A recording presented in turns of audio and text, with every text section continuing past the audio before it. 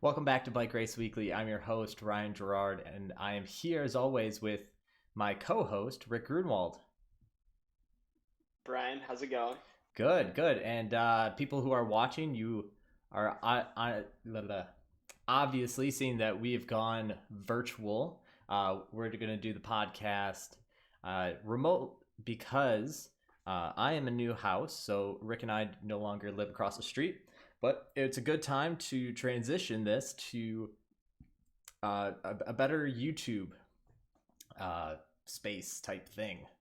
So Yeah, we'll probably do some more like podcasts in person too, and maybe do have like a way to set that up where we can do some recording. But Ryan currently just moved into his place. I am currently moving out of my place. So honestly, it's somewhat of a miracle that we're just sitting down to do this podcast.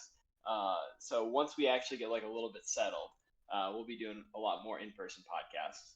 yeah, I'll be honest, I kind of think it's cool with the aesthetic of having the bike in the background and stuff. So Oh no, it's a good aesthetic. Once I get my place set up, I'll have my own competing aesthetic, and good, we good. can let the viewers decide who's got the better background. And you can't even see, this is only like half the room. The other side of my desk here is like my training setup. So that's pretty. If I didn't ride This outside is your. before, like I'm done. Like it's beautiful in here. I love it. I love training in here. You've even got a window. You've got a window I right got a there. window. What I'm in the more? What more basement. could you need? So it's always cold down here.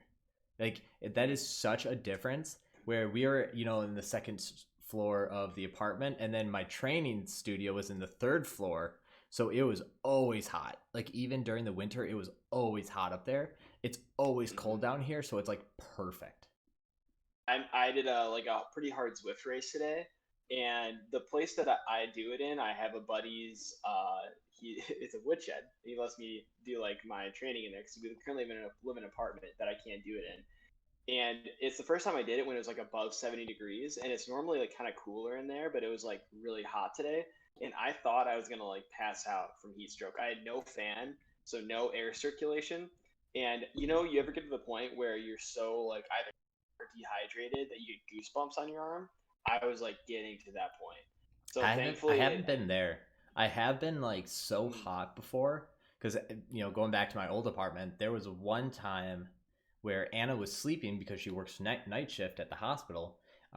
So I was training upstairs. I had my new trainer, but I couldn't use the fan because the fan is too loud for when Anna's sleeping. So I went no fan, and it was so hot, and I was just so covered in sweat that it like did the opposite, where like the sweat actually cooled me because it was just like it wasn't evaporating, so it just stayed on me, and I actually got felt cool because I got mm, so hot. I did really well that yeah, race too.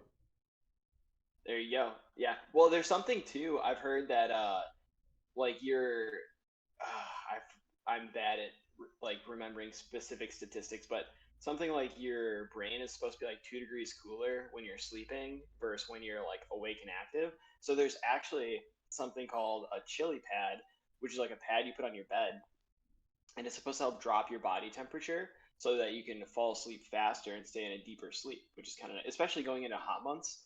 I don't know about you, but like if I'm super hot at night, I just can't sleep. I roll Yeah, I around, I can't toss either. and turn. Yeah. I'm actually thinking about buying one of these because, as we all know, sleep is the best thing you can do for recovering between training and racing, and just feeling good. The night of sleep will basically be That's the actually best thing you what can something I possibly have. want to talk about today, because Oh yeah. we're gonna get into the trainings of what we've been doing. My training has personally done like a full 180. I went from doing a couple hours a week, just studying for the CCNA, and now I've gone like full other way. I'm doing like 10, 11, 12 hours a week now, uh, running, biking, swimming. Um, and we'll get to this later, but we're doing like a docu series of, well, I'm doing the docu series of the process of that and what it's like to try being at a higher level without being like a pro while working 40 hours a week, still having obligations, all that. Because like it is a lot. And I'm not planning on doing this, year round or anything. I'm doing this to lead up to a race. So it's kind of like I want to try this just to lead up to a race, then back off a bit because it is a lot, like mentally, physically, like across the board. I'm lucky that I have the time now. We have the new house, so I'm not bothering Anna.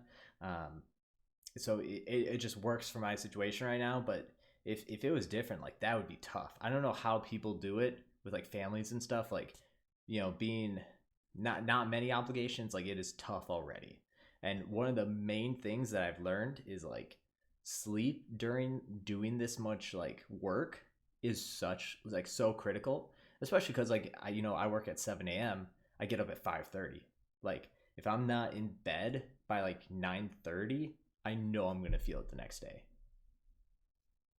Yeah, I think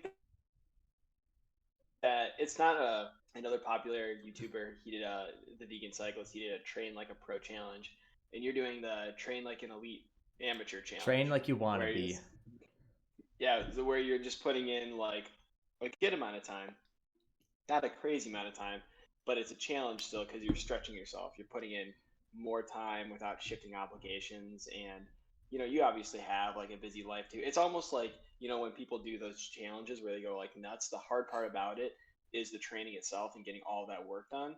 And they kind of like shuffle their entire life to the side, and they're like, I'm just gonna like train and see how much I can do. And you're almost going like, okay, I'm gonna do challenge and train and see how much I can without moving any other obligations in my life and see like how I can fit it in. Which I think is Yeah. like almost honestly more interesting because like I think everybody's kind of been at the point where at some point where they just didn't have like a ton going on, but they were still training for something, and it's like so easy to just like add an hour here or add an hour there. And I mean, I've definitely been at a point where I could have done like 15 hours, even like 20 hours, but like I didn't have to shuffle that much stuff. It was just like work and family, and that was it. But now you get older, and it's like work gets more intense and more family obligations, and now like you got more friend obligations too, and it's like, dang, like fitting 10 hours in is really hard. And I personally, I think I found over the last year, especially like with my work just getting kind of crazier over the last 6 months, that just like acclimating to the mornings has been such a game changer, just because no matter what happens during the day, it's not even working out in the mornings being some kind of special time to work out. It's just like no matter what, if that's the first thing on your calendar, it comes before everything else. You can't like no excuses. You just get up, you do it, and then nothing can get in front of it during the day. So that's kind of like See, I can't do what's been a that. big I game I don't know changer. how I don't know how people work out in the morning. It it takes a while to get used to it. And also too, the thing about working out in the mornings is if you have a bad night of sleep, you can kind of like shuffle through the day and like wake up and then work out at the end of the day. Whereas if you're doing morning workouts, especially super early ones, you've got to like have a good night of sleep, and then you got to like wake up and be like, all right, we're like okay to I feel go. like that's Because like the sometimes, easiest thing to slip though is like going to bed for on sure, time. Even if like you're expecting to wake up early in the morning, I feel like the first thing that slides is like, you try to get into bed at 9, and then 9 becomes 9:30, 9:30 becomes 10, and all of a sudden you're going to bed at 10:30, waking up at like 4:30, and you're like, I can't do this. Like I can't even function during the day. for sure, So that's like yeah, my biggest worry is like if I could like go to bed at 9 and wake up at 4:30 every day and work out and like feel great, like yeah, that would be ideal. But like for me at least, like I feel like that's not going to happen. yeah. So for this challenge, what do you think is going to be your biggest week? Like, I think you should put a target on like you're going to increase your weekly hours Yeah. and like kind of walk that up. But like, I want to hear like what is going to be like the pinnacle of your week. Like, what's the It's whatever, whether it's like the week before or the lead up to your half mhm. Ironman. Yeah, what is Yeah, that? so my race is June 26th.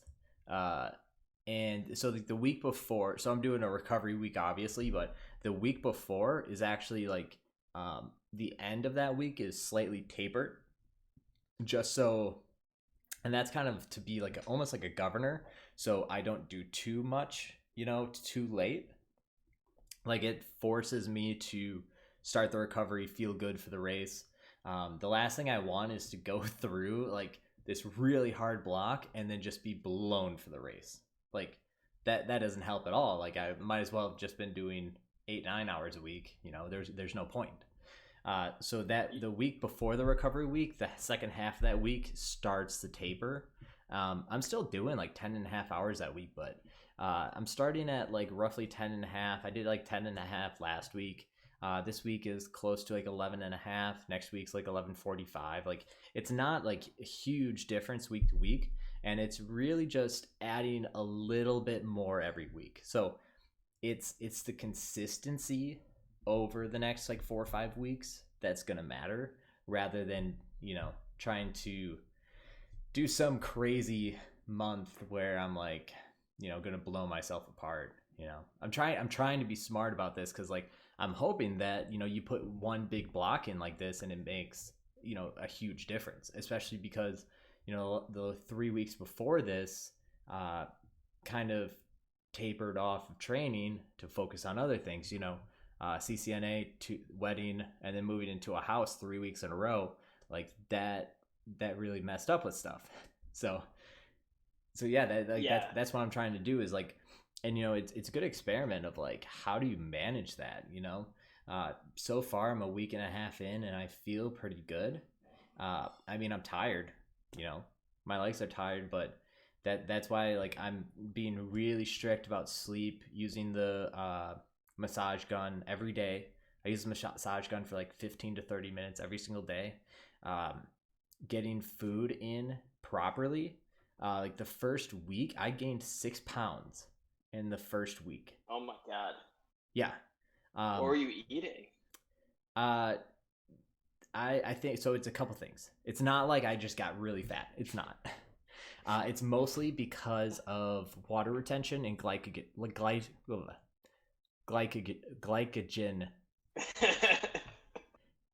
That word. Keep retention. Going, all right, just put it in. I think word, what Ryan is trying to say is glycogen. Glycogen retention. Okay, I'm not gonna pronounce Close that again. Close enough, Ryan. Close enough. Yeah, no, that makes sense. Though you do, but this is a shock to the system, and your body is not meant to train. It's not meant to be in peak physical condition. When you start doing something like this to your body, kind of out of the blue, essentially, like it kind of goes into like a survival mode. It stores energy sources, it stores water, and it's going to protect itself in a way. So it's kind of working around that natural progression. So I was eating like carbs, everything, and that's where the 6 pounds came from, was from the water retention and not even gonna say it. That word. From like all of the carbs and stuff, because I was just hungry constantly. Like I was never not hungry. I was just eating anything and everything. So I was looking it up today. The trick is high protein. You want to eat protein for most of your meals, and then carbs and sugars during and after exercise. So it's all about giving your body what it needs at the proper times, and it kind of combats that.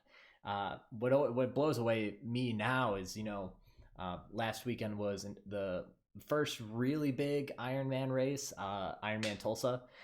A guy by the name Patrick Lange won. He's a 2-time Kona champion. The dude's a freak. That's really all he is he's just a freak. He blew away the pro field. Like he is the pro among pros, and the dude's like 5'8", 140 pounds, and he keeps up with the biggest guys on the bike. He's in the first pack of the swim, and he does like a sub 6 minute mile for a marathon. Like the dude's insane. And wow.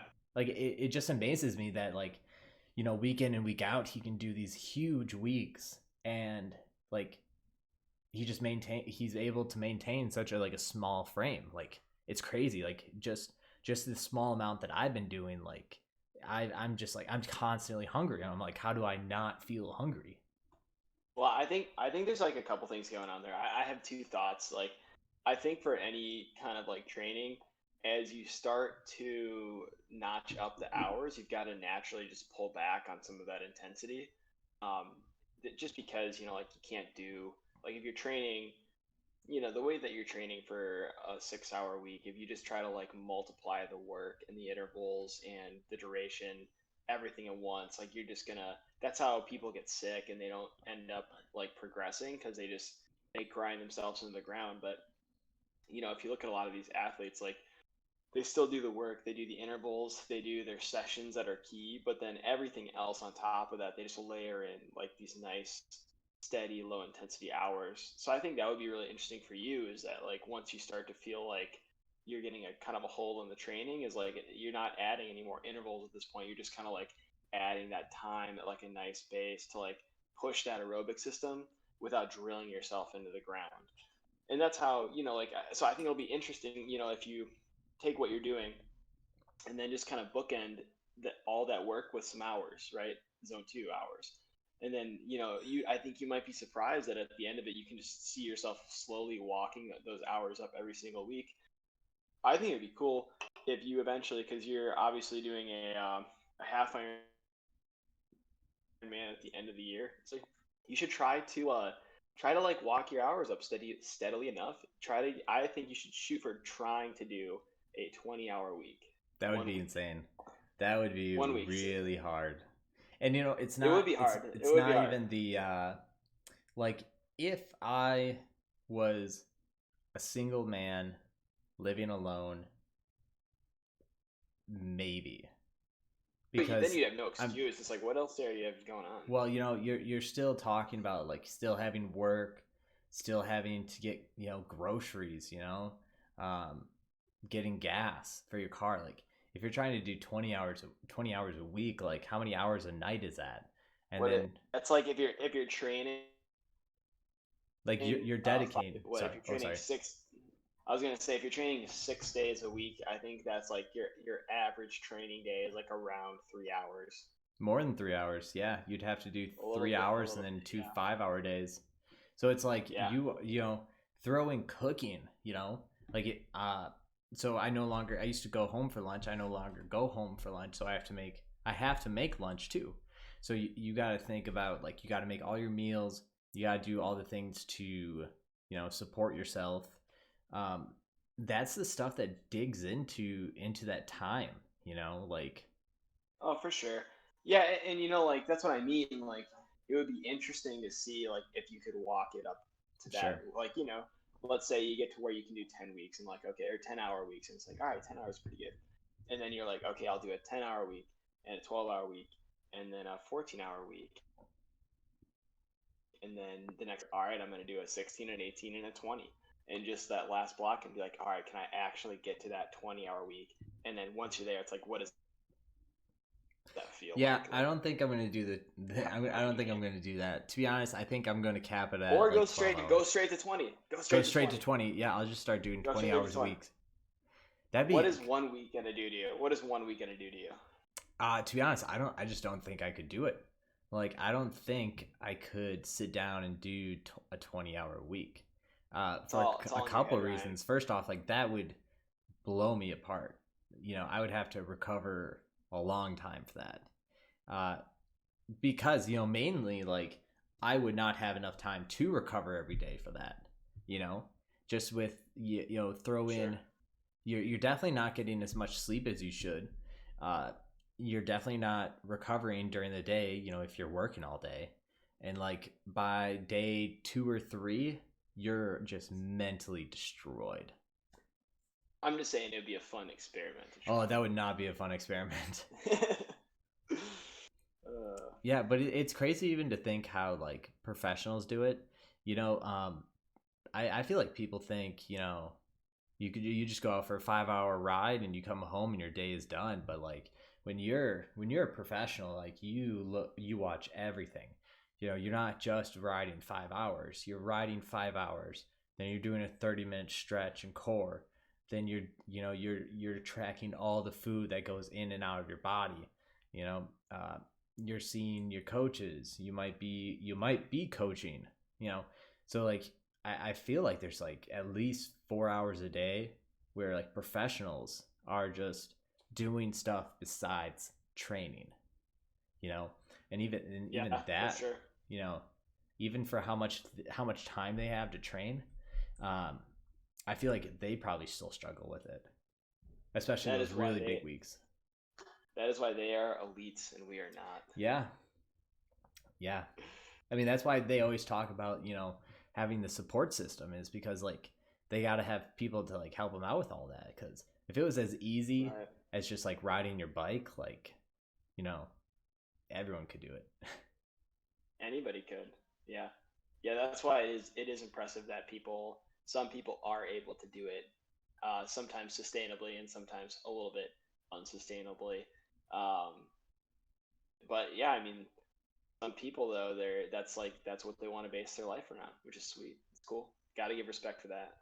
Yeah, so I'm going to be doing some documenting of this. I'll try to get the first one out this weekend. I have some time this weekend to do some editing. Don't expect it to be, you know, spectacular or anything, being the first one, but I'm going to try my best. Oh, yeah, I just ordered the new GoPro 2 to do some action footage and whatnot. And so For Hero hopefully 9, right? yeah, because Anna and I went out for a run yesterday and we tried getting some footage just with the GoPro I had, which has no stabilization. And we get back and I was like looking at the footage. And I was just like, yeah, this is awful. You can't even use it just because it's like so Super bouncy. shaky. It's so Super bouncy. shaky. And the Right. newest GoPro um, has really nice stabilization. And I was watching a video of like a comparison of like the last GoPro and this GoPro and like the stabilization of like running, and like this GoPro was like perfectly stable like while running and the other one was like Yeah, bouncing. So it's uh, impressive. yeah, and you know I figured I wanted to use GoPros more. Now I have a GoPro for the front and back cameras for my bike. um, yeah, so I'm pretty excited about that. Nice, dude. GoPros are cool. Heck yeah. GoPros are sweet. What about you? How's the training going? How's Toad looking? You know, how have you been? It's good, yeah. Still been doing just a lot of Zwift racing. I'm just doing it a lot lately with so my wife and I are current. So we've got like our whole apartment packed up and just had a lot of stuff going on. So I've definitely still been managing to get on the bike. Like I said, I've been doing a lot of Zwift racing. That's basically been my training because that's just what I've been enjoying. So I've been doing that this year. And like I've been getting to a point where with Zwift racing that I almost feel like I've hit a plateau, and in order to get over that plateau, You got to more than train? anything, I need a new trainer. Oh, you need a new No, trainer? no, fuck that. Yeah, no, I need a new trainer. Um, so no, I need a new because like everything else has been going. Like I feel like a lot stronger. I don't really care or track my FTP or like specific power numbers, but I've seen a lot of those values go up. So I've been like, oh, that's sweet. But the one thing that's really been holding me back is a lot of those races end in sprints. And it gets to the point where, I'm so scared to go absolutely balls out and sprint on my trainer. It's a wheel driven trainer, so it's not direct drive. So it has a limitation on how much force and torque you can put through it. And a couple times I've like completely loosened the rear skewer and just like been like rocking on basically my stays on the back.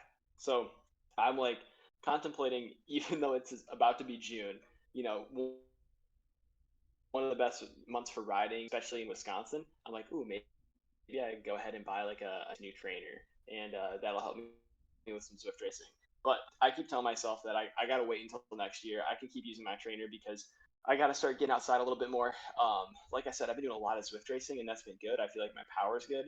But on my calendar, on my plan for the year, I'm doing a lot of criteriums.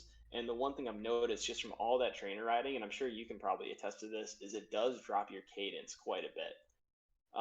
Just like on the trainer, I think outside I normally do more like 95 90 rpm, and on the trainer it's been getting down to like 80, because for some reason that just feels a lot more comfortable when you're just kind of grinding things out. Do you So calibrate I your think trainer every? So like with the wheel on trainers, you need to calibrate it every ride. Yeah, no, I do calibrate it every ride, but it just feels more natural on the trainer to do lower cadence and Sure. higher torque. I don't know And why that is, I but have I have a really low cadence outside too, so yeah, it you've doesn't always bother been kind me. of a lower cadence. Yeah, you've always had a lower cadence, I Yeah, guess. I But always thought it yeah, now felt that easier.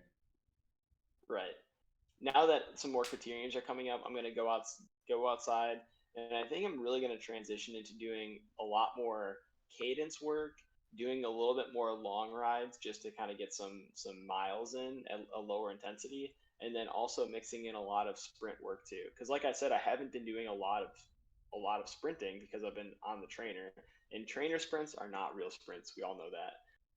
So I really want to get outside and do some sprint work. Toad is coming up in a couple weeks. It's actually less than 4 weeks now. So I'm pretty stoked to do some days of Toad.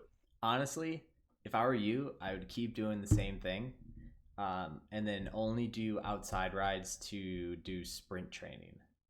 Stay Yeah, the course, man. I think stay because the I mean course, I've been kind of following keep your Swift racing. Swifting and stuff, and to be honest, like your power and like your racing ability is way better than it's ever been. Why mess with it? Yeah, it's such a Even if weird. you've plateaued, like you're so close to Toad that why even mess with it? You know? That's true. That's a good point. Yeah, I think the my only. I think you make a good point. I'm for sure gonna keep doing like some more Swift racing and keep that in my program. I've been doing like at least 3, sometimes 4 days of Zwift racing a week. I think really the only thing that I'm going to tweak is getting out for like a longer ride every week, and within Sure. that longer ride, doing a ton of sprints, like working on high cadence sprints, low cadence, like standing starts, I like some more downhill, faster sprints.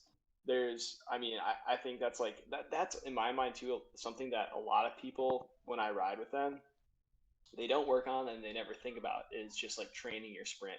Some people like no matter how many sprints they do, they never improve their sprint. You have I was all always about had it. training sprinting.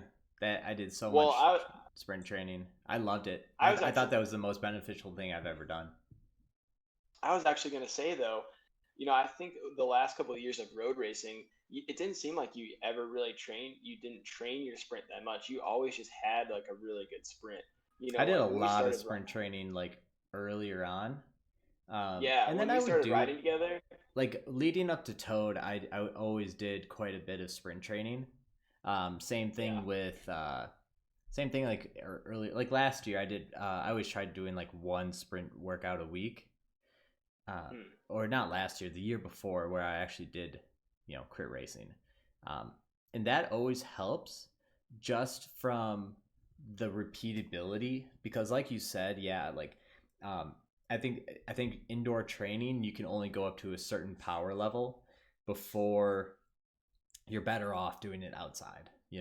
The like the shorter repeatable VO2 stuff is good for the indoor trainer, but like once you're talking about sprinting, that needs to be done outside.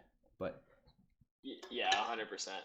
and my favorite thing to do was um, going up a hill, and then on the other side of the hill gain speed, and like once you right when you get to the bottom of that hill, and use the momentum of the hill to do like race pace sprints. So it trains you to sprint at 36 plus miles per hour. And that's where it's different. Being in your biggest gear and powering through your biggest gear makes a big difference. And so when you're Uh, actually in a race, because this actually got me a few times, was when you're actually in a race, your mind immediately, especially when you're tired, your mind immediately goes to the gear you trained in. And if you don't train in that race pace gear, you're going to go down to the gear or close to the gear you trained in, and you probably spin out. That's actually happened to me. So just being comfortable at that race pace sprint makes a huge difference. 100%. Yeah, I mean, I think you hit the nail on the head with that. I think the worst years that I had is I would train sprints, but I wouldn't like think about it enough where I would just go out and I would do sprints. But you really gotta like think about the type of racing. If you're doing races that are like super hilly, and a lot of them are like hilltop finishes, then you've got to train those like super low cadence, high torque like sprints at the bottom of the hills. And yeah, if you're doing criteriums, especially flat criteriums that are going to end over 35 mile an hour potentially, you got to, like you said, you got to hit some of those super high speed sprints and just be like getting your legs used to moving that quickly at a big gear is something that you don't think about. It doesn't show up in training peaks. It doesn't show up in your fitness chart. But it's something that I think everybody can benefit from. And I think that's another thing too. There's always like the big emphasis on going into an event super fit and having like great fitness. Like you looking at that performance manager chart and having a super good form number. But so few races end in just people riding away from the field and just time trialing their way to the win. It even if it's a one up sprint, you've got to still out sprint somebody. Like I can't think of many races in my life where I didn't have to sprint at least one other person, whether it was like mountain biking, cyclocross, road racing specifically. Like the sprint, man, it's just something you always got to work on. Yeah.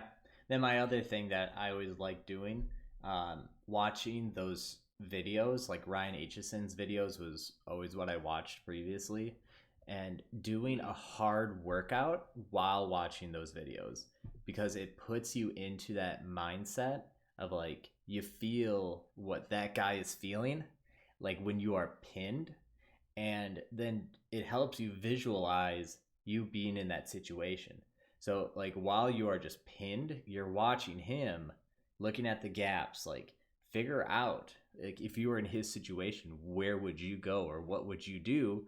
And obviously Ryan Aitchison is like a great crit racer, um, and he always played it out really well. And it's kind of like, would you do the same thing he did, or like try to guess what he's gonna do? And then when you're actually in the race, now that you are conditioned to make those moves in an actual race because you practiced it. It's going to be really interesting this year going up to the first couple of races because, especially in our area, so few people have in the legs. Like that's a big part about racing is you have the big races, right? You have the races that are usually in the middle of the summer that it's on everybody's calendar. They want to do well there, and everybody always thinks it's a good idea to do a couple of races leading up to those big events. Like I've definitely fallen into that train of thought where you want to have like some C races throughout the year to get your legs moving, to get that feel again, to like, just reacclimate yourself with pack sprinting.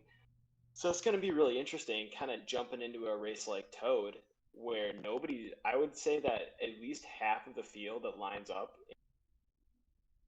in most of the races, that will be their first race for the year.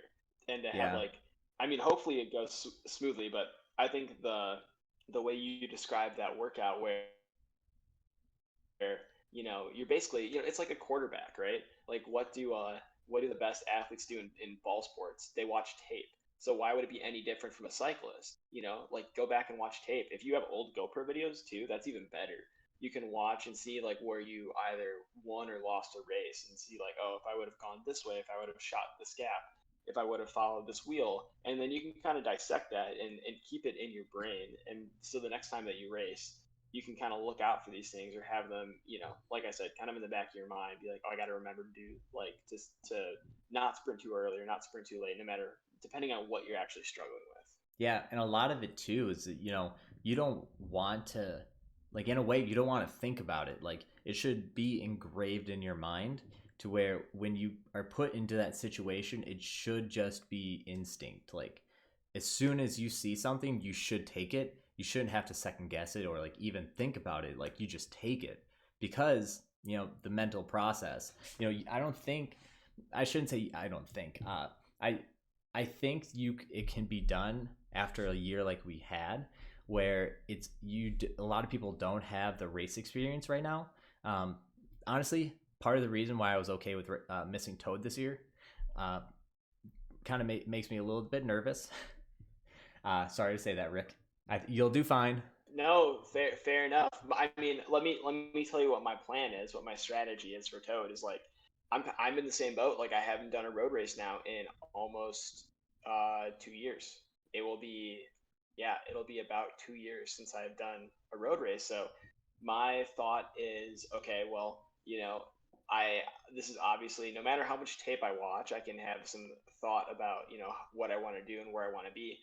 But I'm probably going to start the week by like let's go into the second to last corner first wheel. That's not going to be the guy that gets taken out and crashed, because Yeah. I'm a little worried about that too. It's like, and I think that's my general advice, not to anybody that I'm racing against, because not everybody can be first wheel into the second to last corner. But for anybody that's not in my race that can use this advice, like, be wary of everybody in the pack being like super hyped to race, but also very you know inexperienced in racing in the last 2 years, right? Yeah. So like I think the best thing you can do is, dude, most courses, depending on how long the finishing straight is, your race should be over at the second to last corner, and then if you still have gas, you just keep pushing. Yeah. But I think that's always the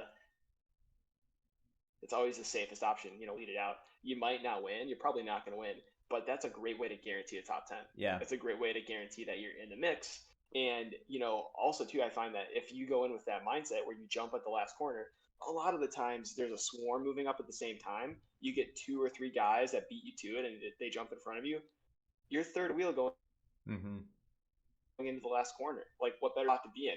And actually, with that strategy, that's something that I always noticed that you did really well when we were sprinting. Is you would almost start to like sprint for that, like, let's say second to last corner, and then you would just time it well enough that a couple guys would be coming up, and you would either be the first wheel into the last corner or the top three wheels into the last corner, and only because you were just starting it kind of earlier than everybody. So worried about like hitting the front and being stuck out front and like sucking wind and having to sprint really long, and they don't think about like, all right, it's not going to like magically open up for you.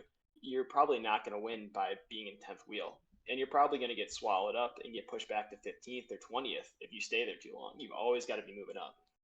Yeah, I think, with that, my strategy, and I would say this works a little bit better in like three fours. So two things you kind of pointed on is it works in three fours to, people always say be the first one to the last corner. In three fours, you could probably kind of extend that and say be the first one to the second to last corner. That might do you better. Once you get up into the higher categories, the pace is much higher. You're dealing with teams. In three fours, you're not doing that, because if you go early, now someone else has to possibly ruin their race to then bring the group up to you, and that's when everyone looks around at each other. So if I was racing three fours this year, that's probably the strategy I would go with, is that three quarters through the last lap, attack like right there. And if people come with you, that's fine, you're at the front now. If not, just keep hammering it to the finish. You might not win, but you can get a pretty consistent result like that. Another thing, again, this works a little bit better in three fours than it does in the other categories, but that last like one or two laps, just like fight for the front. It's okay if you're out in the wind for a couple seconds. Like, just do whatever you can to maintain like being up front, and it's gonna be hard. That's kind of the thing that, especially in the moment, that I've always talked myself through, is like, this is gonna be really hard and it's gonna really hurt, but Yeah, usually I that's think everybody best way to do it. Yeah. I was gonna say, I think everybody sometimes thinks they're like Bahati, and they Mm-hmm. can just like float to the front and not touch the wind and then pop out and just decimate everybody. It's like there's Bahati and there's Bahati. There's very few people. The Williams are probably like that. Like some of the super good sprinters on the domestic scene are like that, where they're so good at positioning themselves, and they're so good at like maneuvering through the top 10% of the field, that they can do that. But like, anybody, I mean, this is including myself, like I consider myself to have good bike handling skills, but I don't have the wherewithal to just magically appear 25 feet before the line and pop out and win the sprint finish. Like you're better off going with the axe when you're inexperienced than the scalpel. Like hit the front, suck some wind, stay close. Somebody's probably gonna snake out and get that lucky like sheltered sprint. But hey, they've got to be a pretty good sprinter to take advantage of it. That's I think that's all we're saying, right? Yeah. It's kind of making your own luck, or hopefully you win the lottery by being just so happen to be behind that one guy that does chase. You got to be lucky if you're kind of waiting on other people to make a move for you. Yep. And Yeah, that I totally mean, agree. and that comes with a lot of experience. And especially after the past year where we didn't really have racing. So most people are going to be like you, they haven't raced in 2 years. So who knows, honestly, like it's going to be crazy. Like it really is Yeah, going to be crazy. it is My gonna be crazy. if I were you, like I would just chill, you know, let just Yeah, I was honestly just chill in the back, get a nice little draft, not use any energy. Let other people fight it out, because that there are going to be people that are super antsy and they're just going to hammer it at the front for the first 15 minutes and essentially take themselves out of the race. Um, let those first 15 minutes go, and then after those first 15-20 minutes, then kind of start working. But yeah. I would just Th- chill. it's thick boy summer, and that means we're gonna be tail gunning at the back. Tail gunning, baby. Hey, I think Let's honestly, go. like I think that's the best strategy, especially like those first 15 minutes. Just make sure you're not behind people that are gonna get dropped, but just Yeah, chill out I'm for the first I'm 15, 20 always minutes. Let people get it out of their system. That's really what it's gonna be, especially on the weekends. The weekends are gonna be crazy when the fields are probably gonna be filled. I would assume they're filled. they gotta be. Yeah, they're gonna be full fields. It is. Yeah. I mean, and that's like all these events are starting to sell out. So like, I mean, that's a good reminder. I gotta register before anything sells out. But yeah, man, that dropped some good knowledge on how to crit after a pandemic and how to crit when nobody's been racing. So hopefully that anybody can take that to the bank, and if not win a race, not be involved in a crash. There you go. That's goal number one, baby. All right, man. Well, I think with that, we're probably ready to wrap it up. Yeah, Ryan, is there great. anything else that you would want to talk Um, about before we wrap it up? I might be debuting on Zwift again. I might be racing Let's on Thursday, go. depending on how I'm feeling. Yeah, we'll see. We'll see. I might do it. I think it'll be a good like race pace thing. At this point in my training, I want to get some race pace in. I'm doing that with swimming and running already, so I want to get some race kind of stuff in for biking too. Hey, it's almost June and I'm still not riding outside, so Hey, that's love to hear it. Love to see you back on Zwift. If yeah. there's any listeners too, we have an army of two, a small Zwift team. It is beer league bike racing. If anybody would like to join, everybody and anybody's welcome. And yeah, ride with us and race with us and hang out. So Yeah. cool, man. Well, So yeah, look out that's for the little docu series I'm gonna do. Try to do on a weekly basis. It may not be great at first.